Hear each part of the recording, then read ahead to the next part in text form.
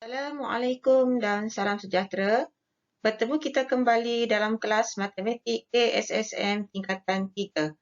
Hari ini kita akan pelajari bab 5 Nisbah Trigonometri.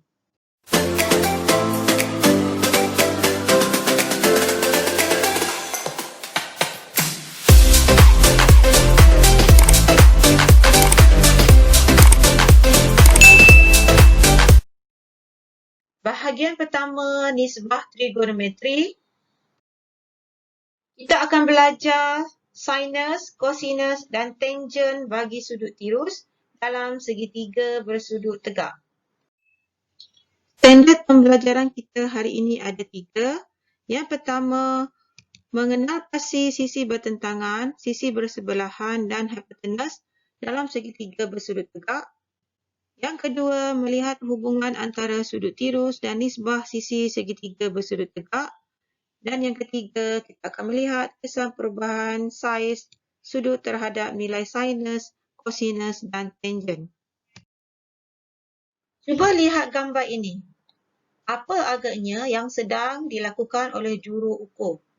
Sebenarnya juru ukur ini ingin mengukur kelebaran sungai. Jadi di sinilah kita boleh menggunakan konsep trigonometri untuk mengukur kelebaran sungai dengan membentuk situasi ini kepada segitiga bersudut tegak. Dalam segitiga bersudut tegak, perkara penting yang kita perlu kenal ialah hipotenus. Untuk mengenalinya, kita lihat di manakah letaknya sudut 90 darjah dan ianya sentiasa bertentangan dengan 90 darjah. Itulah hipotenus. Untuk dua sisi yang lain, nama ini bergantung kepada kedudukan sudut yang dirujuk.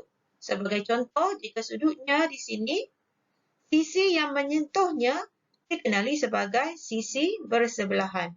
Sisi yang berada bertentangan dengannya dikenali sisi bertentangan. Untuk rajah yang kedua, sudut yang dirujuk ialah di sini, yang menyentuhnya ialah sisi bersebelahan. Yang bertentangan dengannya, sisi bertentangan. Dan yang bersetentang dengan 90 darjah ialah hipotenus. Contoh soalan kita lihat beberapa bentuk segitiga bersudut tegak. Sekarang kita kenal pasti di manakah hipotenus, sisi bertentangan, sisi bersebelahan. Yang ni kita lihat di sini sudutnya 90 darjah. Setentang dengan garis ini dia kenali sebagai hipotenus. Jadi untuk hipotenus kita tulis sebagai EF. EF. Sisi bertentangan dan sisi bersebelahan. Sudut yang dirujuk ialah di sini. Yang menyentuhnya, ini ialah garis yang menyentuhnya. Yang menyentuh kita panggil sisi bersebelahan. Sisi bersebelahan di sini kita tulis sebagai GF. GF.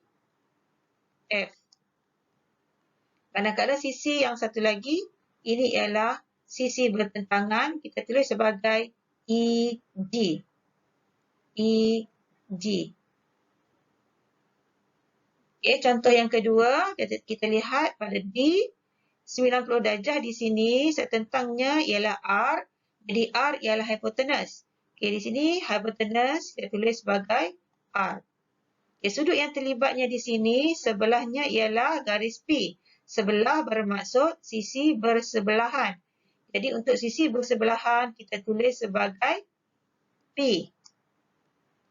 Sisi bertentangan dengan sudut yang terlibat ialah Q. Jadi di sini sisi bertentangannya kita tulis sebagai Q.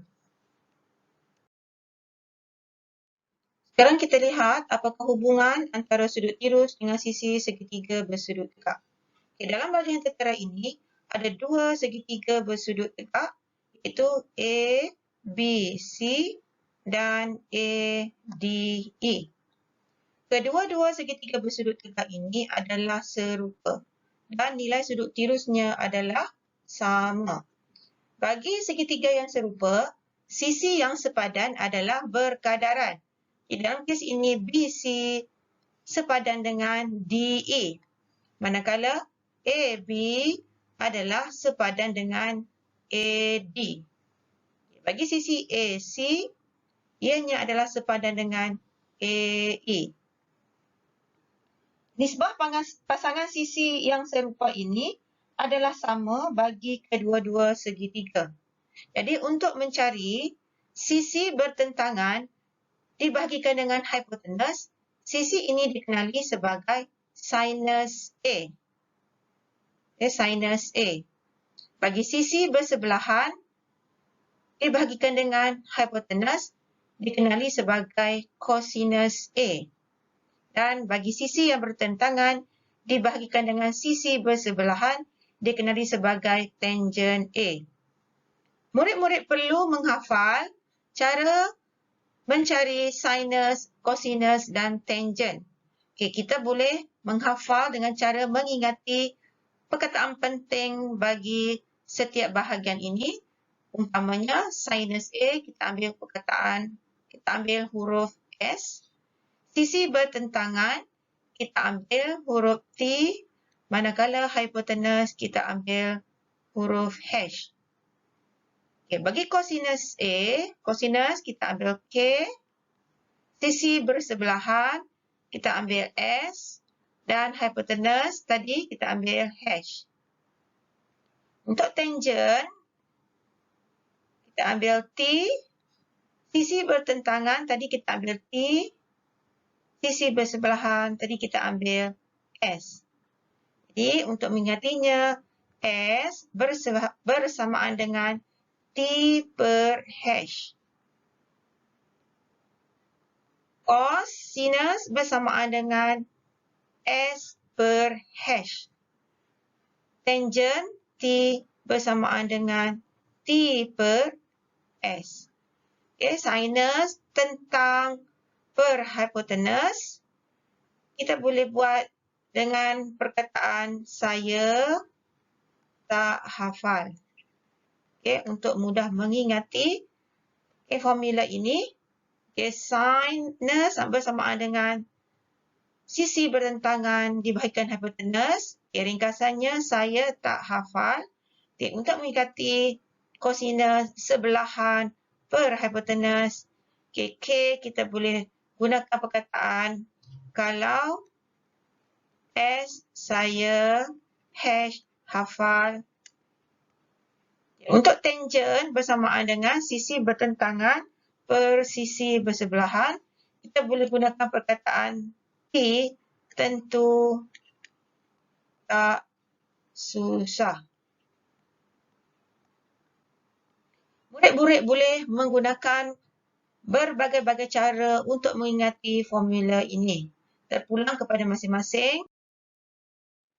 Contoh soalan untuk lebih jelas. Kita lihat di sini ada dua segitiga yang serupa di mana nilai sudut tirusnya sama. Jadi untuk menguji nilai sin, cos, tangent bagi kedua-dua segitiga bersudut dekat ini, kita perlu ingat bagaimana mencarinya. Saya tak hafal. Kalau saya hafal, tentu tak susah. Jadi untuk mengingatinya, kita gunakan teknik ini. Jadi untuk rajah yang pertama, segitiga PQR. Sin X. Sin X, sin tentang per hipotenus. Bertentangan dengan X ialah 4, manakala hipotenusnya ialah setentang dengan 90 darjah 5, 4/5. Bagi segitiga SUT, sin X-nya setentang ialah 16 dibahagikan dengan hipotenusnya 20. Kita boleh permudahkan, bahagikan dengan 4, akan dapat 4, 20 bahagi 4 akan dapat 5. Jadi kita dapati bahawa nilai sin X bagi kedua-dua segitiga yang serupa ini nilainya sama. Kita tengok pula untuk sudut Y. Sudut Y, sebagai contoh, kita ambil cos. Cos sebelahan per hipotenus. Okey, sebelahan dengan Y. Okey, sebelahan dengan Y, sisi ni.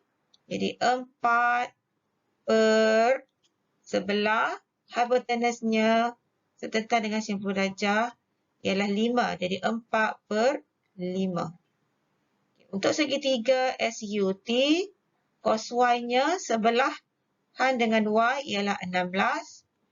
Hipotenusnya ialah 20. Kita permudahkan, bahagikan dengan 4, akan dapat 4. 20 bahagi 4 akan dapat 5. Jadi kita lihat di sini nilai cos Y juga adalah sama. Sekarang kita lihat apakah yang akan berlaku jika saiz sudut tirus berbeza dalam segitiga bersudut tegak.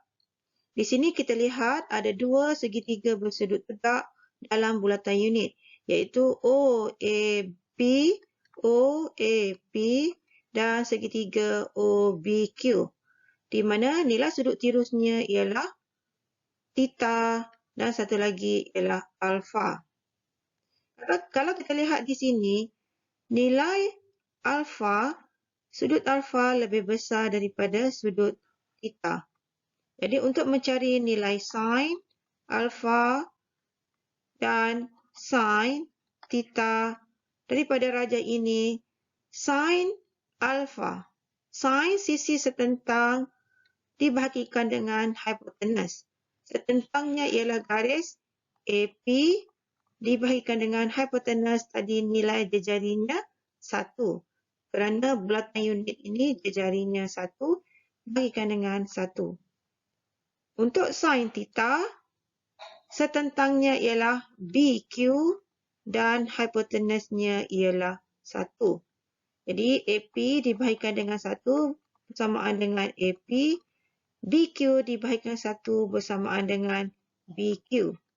Jadi kalau kita lihat dalam raja ini, garis AP lebih panjang daripada garis BQ. Ini bermaksud semakin besar nilai saiz sudut, semakin besar nilai sinus. Semakin besar saiz sudut, semakin besar nilai sinus. Untuk kosinus, semakin besar saiz sudut, nilainya semakin kecil. Manakala untuk tangen, semakin besar saiz sudut, nilai tangen juga semakin besar. Untuk membuktikan perubahan nilai sin, cos, tangen apabila nilai sudut tirusnya berbeza, kita lihat soalan ini. Di sini ada 1, 2, 3, 4 segitiga bersudut tegak, di mana nilai sudut tirusnya berbeza. Bagi segitiga ABC, sudut tirusnya ialah 10 darjah. Manakala bagi segitiga ABD, sudut tirusnya 20 darjah. Untuk segitiga ABE, nilai sudut tirusnya ialah 30 darjah.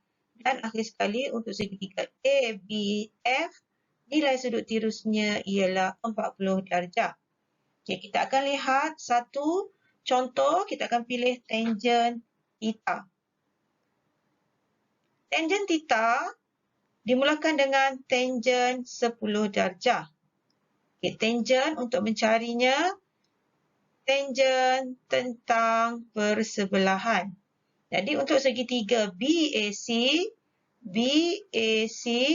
garis yang bersetentangan ialah garis 0.5. Dibahagikan dengan bersebelahannya ialah 3. Dengan menggunakan kalkulator, kita akan dapat nilai 0.0167 diambil tepat kepada 4 tempat perpuluhan. Untuk sudut tirus yang berikutnya, tangen 20 darjah, garis yang bertentangan dengannya ialah garis ini, nilainya 1.1 dibahagikan dengan sebelahan 3. Nilainya bersamaan dengan 0.3667. Dan kita lihat satu lagi sudut 30 darjah, tangen 30 darjah bersamaan dengan garis yang setentangnya ialah 1.1. 7 dibahagikan sebelahannya sama. 3 dibahagikan akan dapat 0.5667. Jadi di sini kita lihat untuk nilai tangent, semakin besar nilai sudut tirus, semakin besar nilai tangentnya. Pelajar-pelajar boleh menguji untuk nilai sin dan cos. Mengukuhkan lagi kefahaman anda tentang apa yang kita telah pelajari hari ini, sila lengkapkan latihan-latihan yang belum dibincangkan. Jumpa lagi pada kelas yang akan datang.